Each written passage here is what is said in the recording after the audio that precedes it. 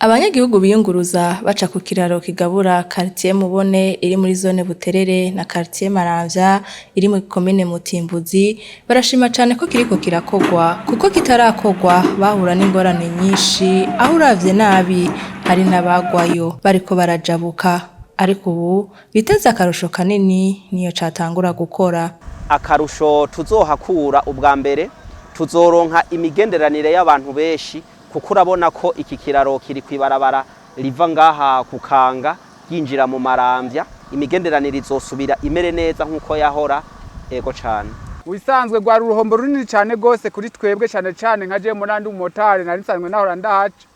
byatugora cyane gose mu guteruza amamoto bamwe tugahenukirayo hama bikagorana cyane gose tugahora n'ibibazo bitandukanye ariko ubu turanezerewe cyane turashimye cyane gose nukuri turakengurukiye leta yacu nziza y'igihugu cy'u Burundi bagasaba leta mvyeyi leta nkozi ko cokorwa mu buryo bwa kijambere kugira uruja n'uruza rusubire kugenda neza nkuko vyahora. Ico twosaba abajejwe ibi bikorwa